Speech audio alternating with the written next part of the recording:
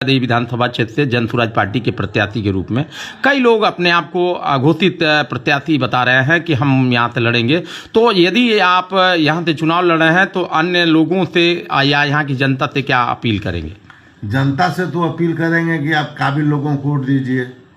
जहाँ तक रह गई जन स्वराज के उम्मीदवार लोगों की बात, तो जितने लोग आपके कैमरे के सामने खड़े हैं, इसमें हम 6 आदमी प्रत्याशी के रूप में आपके सामने खड़े हैं।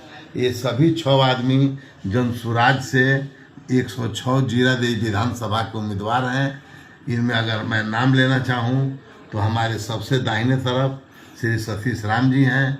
उसके बाद उनके बगल में प्रोफेसर दिनेश यादव जी, जो प्रिंसिपल हैं मिश्री सदा महाविद्यालय मैरवा के, काफ़ी काबिल योग्य आदमी हैं। उनके बगल में श्री विनोद कुमार सिंह जी अधिवक्ता हैं, वरीय अधिवक्ता हैं हमारे व्यवहार न्यायालय कचहरी के। उसके बाद मैं स्वयं खड़ा हूं आपके सामने, इष्टदेव तिवारी। मेरे बगल में रामेश्वर प्रसाद जी हैं, रामेश्वर प्रसाद सिंह साहब, यह जीरादेई के हैं, ये संस्थापक सदस्यों में हैं, राज्य परिषद के सदस्य भी हैं और इसके साथ ही साथ जन स्वराज की गुरुतर जिम्मेदारियों को संभालते हैं।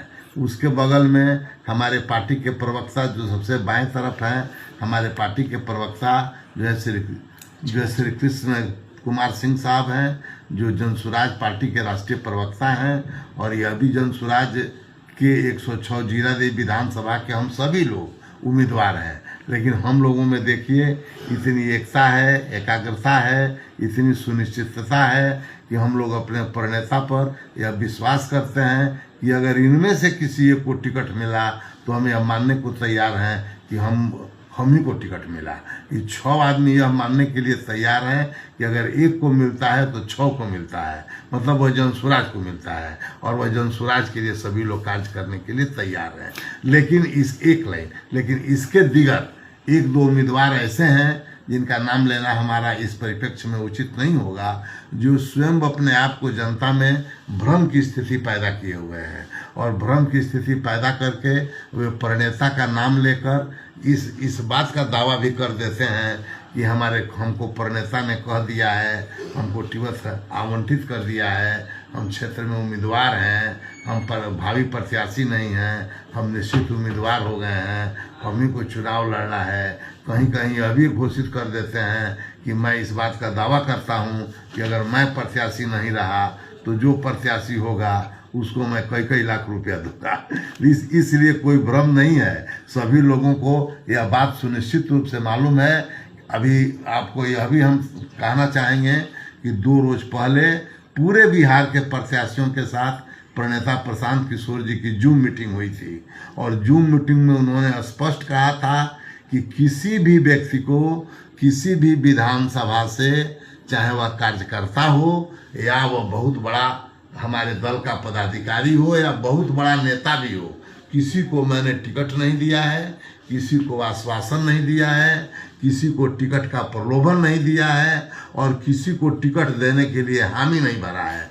अगर किसी भी क्षेत्र में किसी भी उम्मीदवार द्वारा इस तरह का कोई प्रचार किया जाता है तो उसको आप अन्यथा लें और इसको यह माने कि वह अपने लाभ के लिए लोगों में भ्रम उत्पन्न कर रहा है। इसलिए भ्रम की स्थिति में नहीं हो, किसी को कोई रुपया नहीं दें, किसी के प्रलोभन में नहीं आवें, जेसीपीटी से इस संबंध में बात नहीं करें, राष्ट्रीय परिषद आपको टिकट नहीं देगा, निर्वाचन परिषद की जो कमेटी है वह आपको टिकट नहीं देगी।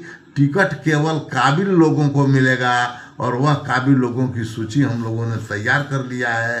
12,000 से 1200 कुछ लोग हुए, 1200 से कुछ लोग से 700 कुछ लोग हुए और इस 750 लोगों में ही 243 विधानसभा का टिकट सुनिश्चित होना है। इसलिए निश्चिंत मानिए कि जिन पर कोई आरोप नहीं है, जिन पर कोई दाग नहीं है, जो भ्रष्टाचार में, कमीशन खोरी में या किसी तरह के अन्य कार्यों में लिप्त नहीं है, उन्हीं को टिकट मिलेगा।